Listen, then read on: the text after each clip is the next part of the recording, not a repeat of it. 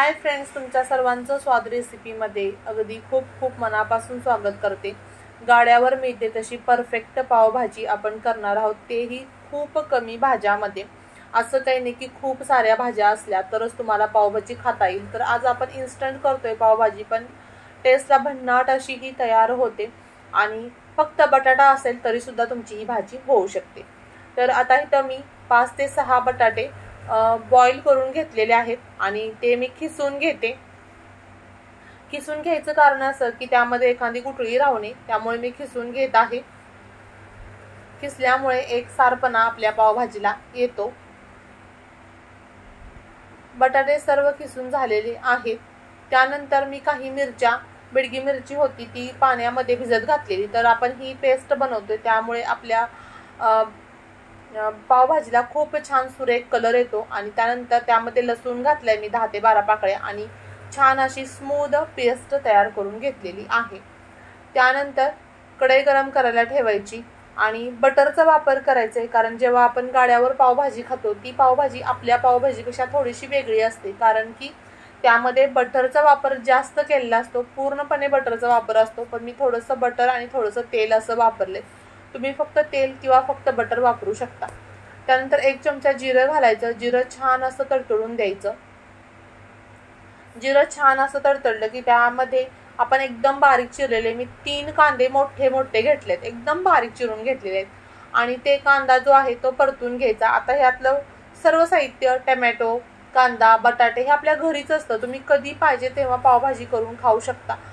बऱ्याच वेळेला पावभाजी खायची इच्छा होते, पण शिमला मिरची घरी नसते। वाटाण्याचं तर सीझन असेल तेव्हाच वाटाणा अवेलेबल होतो। तर आता आपल्याला टेन्शन घ्यायची गरज नाही। तुम्हाला जेव्हा हवं त्यावेळेला तुम्ही अशा पद्धतीने पावभाजी करून खाऊ शकता, कारण जेव्हा आपण बाहेर पावभाजी खातो त्यावेळेला काही प्रत्येक वेळेला ते मटारच घालतात असं नाही, आणि बऱ्याच वेळेला 50 रुपये पाव सुद्धा असतो, तर इतका त्यांना परवडत असेल का? शक्यच नाही।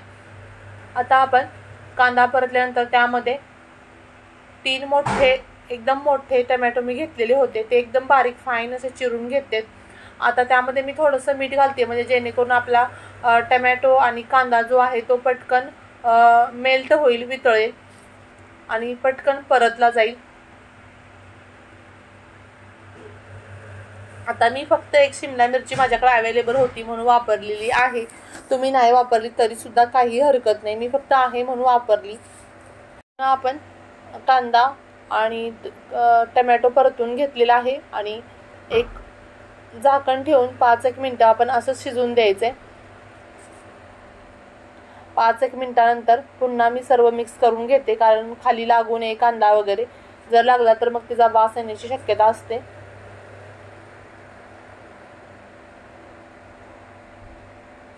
पुन्हा आपण हे झाकण ठेवायचं आहे। तर ही प्रोसेस थोडीशी लॉंग आहे, पण सब्र का फल मीठा होता आहे आणि नेहमी कष्ट केलं की त्याचं फळ सुखकारकच मिळतं। तुम्ही बघू शकता कांद्याला टोमॅटोला छान असं पाणी सुटले, ते छान असे मेल्ट व्हायला लागले, वितळायला लागले, कारण ज्यावेळेला आपण पावभाजी खाणार त्यावेळेला तुम्हाला यामध्ये कांदा आणि टोमॅटो दिसणार सुद्धा नाही, इतका तो मेल्ट होतो।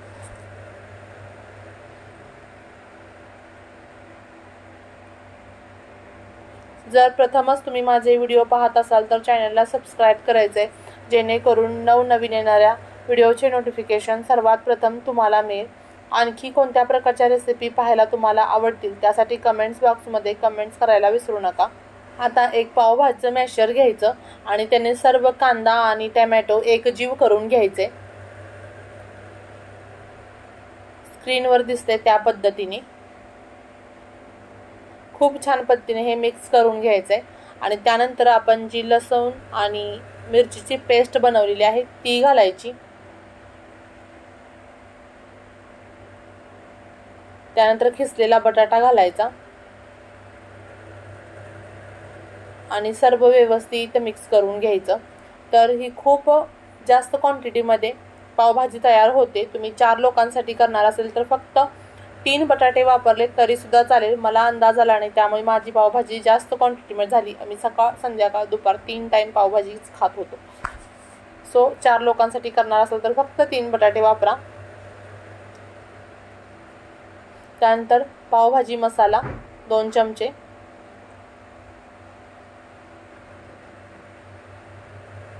थोडासा चाट मसाला वापरायचा आहे आणि थोडीशी आमचूर पावडर, त्यानंतर बेडगी मिरची पावडर कलर छान येण्यासाठी. आमचूर पावडर तुमच्याकडे नसेल, लिंबाचा रस वापरला तरी सुद्धा चालेल.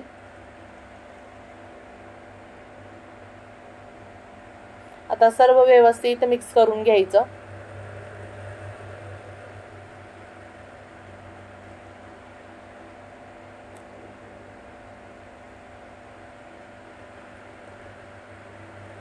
त्यानंतर कसुरी मेथी घालायची, हातावरती क्रश करून. कसुरी मेथीचा जो सुगंध आहे तो पावभाजीमध्ये खूप छान येतो, फ्लेवर खूप छान येतो. आणि सर्व मिक्स करून घ्यायचं पुन्हा एकदा. सर्व एकजीव झालं पाहिजे.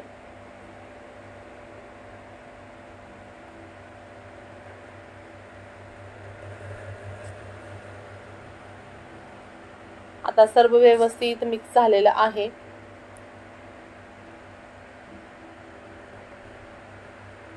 आता झाकण ठेवून 1-2 मिनिटं आपण शिजवून घेऊयात. 2 मिनिटानंतर आपण त्यामध्ये गरम पाणी घालायचं. आपला थिकनेस कसा हवा आहे त्या पद्धतीने आपण पावभाजी पातळ करून घ्यायची आहे. आणि तसंही थंड झाल्यानंतर आणखी ती थोडीशी घट्ट होते, त्यामुळे थोडंसं पाणी वापरलं पातळ केली तरी सुद्धा चालेल, कारण थंड झाल्यानंतर ती घट्टच होणार असते.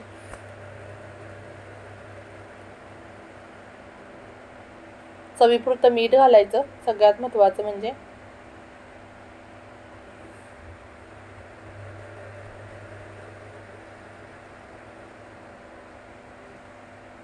आणि छान एक हिला उकळी काढून घ्यायची.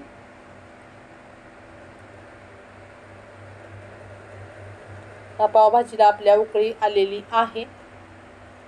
आता बाहेर बघा गाड्यावरती आपल्याला असं वेगळा तडका देतात ते, आणि मग आपल्याला ती पावभाजी देतात. तर हा बेस तयार करून घेतात ते आणि नंतर तिला तडका देतात. तर आपण तो सुद्धा देणार आहोत. अर्धा लिंबू पिळायचा आहे त्यामध्ये.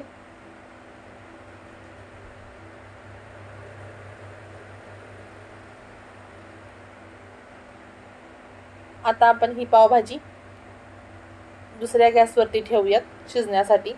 आणि जो तडका देतात तसा आपण तडका देऊयात पावभाजीला. तर तवा घेतलाय मी. या तव्यावरती साईडनं असं पाव ठेवलेत, जेणेकरून फील छान येईल आपल्याला. आपण गाड्यावरती पावभाजी खातो अशी फील येण्यासाठी मी हे केलंय. आता बटर घालायचं तव्यावरती.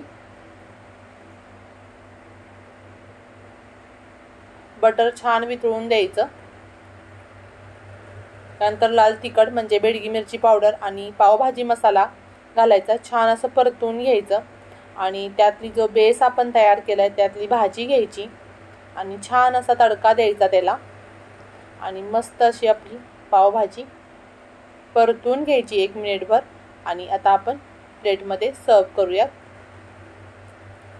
त्यानंतर आपली पावभाजी तर तयार झाली. आता पाव, तर थोडंसं बटर घालायचं.